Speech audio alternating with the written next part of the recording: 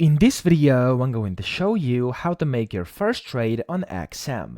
Now, the first thing you want to do after you create your account in here, you'll get access to your dashboard and you have to create either a real trading account or a demo trading account. So I'm just going to switch to demo over here, and to do this, you can click on plus, either real or demo, and just go through this setup process, which is very simple. If you don't know how to do it, you can watch my video on that. I do have a separate tutorial on how to actually make your account on XM. Okay, so after you do that, after you have your account selected, let me just select this one. There we go.